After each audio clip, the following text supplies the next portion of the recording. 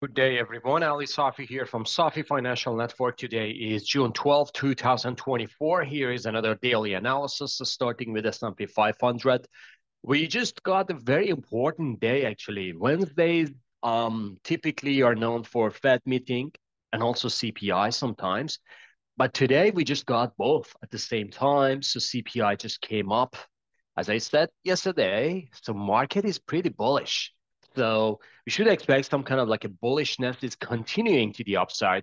We didn't know about the CPI number, and we didn't know about what Jerome Powell is going to say exactly in Fed meeting. But because of the pattern, we expect that a market is going to hike up today. And sure enough, we just got S&P 500, nice pop to the upside. So we just got a 54.31 new all-time high for S&P 500, which is fantastic. Like this pattern actually forms very bullish. Volume was not that great, so 60 million for SPY, which is S&P 500 ETF. But remember, light volume always favor market to the upside, actually. So even if you see some kind of like a corrective move like this, with a great pattern like this, you should expect another bullish consolidation to the upside. And right now, market is just on its way for 56 to 5,500, which is going to be important GDP number. So when price is getting to that level, it's kind of like a historical GDP number. So everyone is gonna just think about it. If market is overvalued, undervalued, or what's gonna be the Fed kind of like a monetary policy down the road. So that's gonna be important hiccup for the market. But I believe that by end of this year, we can get into 5,800 easily. Like as I said in my weekly analysis before, 2, 3 weeks ago, that's going to be kind of like the long target for the market. But right now, we will give market benefit of doubt.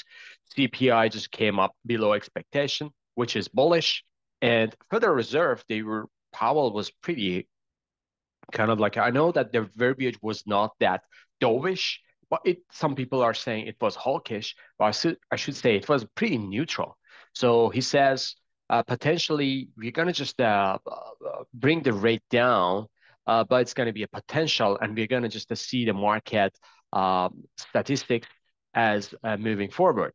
And based on the verbiage afterwards, he says inflation is coming down, job market is pretty good. So there are lots of good news is coming fundamentally that gives us kind of like a release down the road. But he was not clear that if he's gonna bring the rate down more or he's gonna keep it as is. But the verbiage was very confusing. I know that this is kind of like how Powell is speaking, but based on his words, he didn't say about sticky inflation. So it's kind of like a removed from the Fed meeting as well. So sticky inflation is not there yet.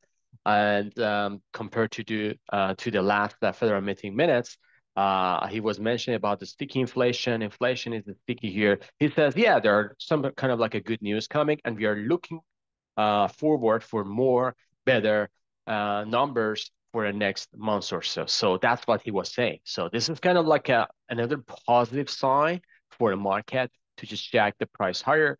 Usually we will see some kind of like a hike, and then after that we'll see some kind of like a pullback. So don't be surprised if you see potentially pullback this week or early next week. That's going to be just a pullback backing and filling. Ultimately, I'm just looking for still 56 to 5,700 is coming down the road. Moving on to Nasdaq, which was kind of like a leader for today. If you just see the Nasdaq chart, Nasdaq hit new all-time high. As I said, a 20 ground is going to be on the table. Fantastic move. Buyers just to control the entire session. 19,577 was kind of like a record for today, new all-time high for Nasdaq.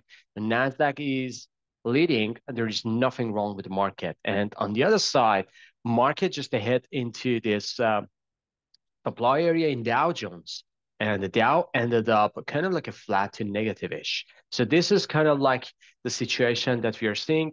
Money is flowing away from heavy value names going to technology semiconductors. So this is the level that we were talking about this. This is supply area. Once and twice, we just got kind of like a tackle to this area coming down, and we should see some kind of like again small pullback here. I'm not sure if Dow is getting into this area, because if it goes there, that's going to be kind of like a head and shoulder here, and that's going to be kind of like a bad price action for Dow. That can go lower. But right now, I should say Dow still forming a bullish consolidation. This is the demand. This is the demand area, and this is the intermediate supply area. So we tackle twice.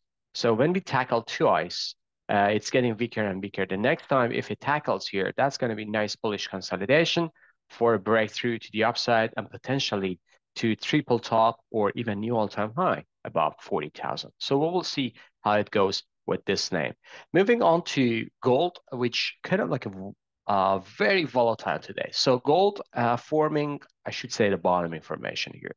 And we just tackle to middle of this white range bar. This is very, very important hidden supply area. So don't be surprised if you see a rejection, which we did today, actually. And market is just coming down, sold gold a little bit. Still positive close. So not a bad session, but not strong like Nasdaq, because the confusion in Powell word was about the bond yield, and we will get to those ones. So still, a gold is a multi-weeks consolidation. We should just give gold benefit of doubt. So look at that. So this is pretty nice consolidation here. And also at the same time, some people are saying this is head and shoulder. Look at that. So whenever we get into this consolidation period, while stochastic is getting into oversold condition, this is the last time. Look at the rally afterwards. This is the last time. After this long consolidation, this is the stochastic oversold condition. And we didn't get below this important pivot. It's just coming down another time to giving us a very important buy signal for gold. And the next rally for gold based on the weekly chart is going to be substantial. It can go higher easily to 24 to 2,500, even higher than that. So this is a weekly chart. I know that everyone is talking about daily, but based on weekly chart, the pattern is pretty bullish. As long as gold holds itself above 2150 to 2200, I should say this is very bullish signal for gold.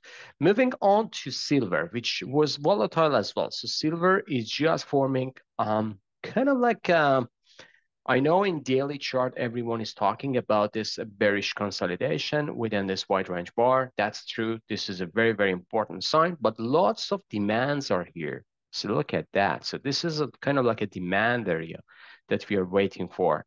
And the overall pattern, even if it gets to this area, which is going to be $27 to $28, that is very bullish. So this is a nice flag here. We just want to see a development just going higher. So if silver for the next 2-3 days goes higher to this area, which is going to be $30 again, recapturing, we should wait to engulf this important pivot. Then after that, I should say silver is just pave its way for a nice rally to the upside. So I should say still be bullish. I'm still bullish on the bull side, just waiting for kind of like a clear message from the chart.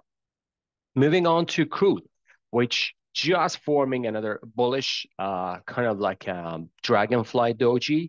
I just want to show you something pretty neat, because I believe that crude is getting back, and this is kind of like the cycle low for June, and I believe that crude is getting back to its bullish momentum to the upside, which is not going to be a good news for inflation down the road. But I should say, if crude is getting back above this important pivot, which is $81 to $80, that is very, very bullish. Let me show you something. So this is a trend line everyone is talking about.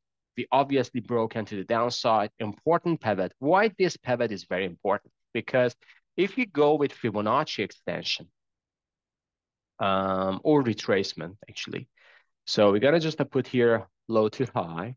And this is a 69 to 78% Fibonacci level, which is very, very important. And this is going to be the maximum correction level that you can get in a bullish momentum. So this is going to be one A wave, and this is a long B wave, and the C wave, I believe that is starting. Why? Because if we just forget about this trend line, we're going to make another trend line boulder here. This is going to be the boulder trend line, and this is the line.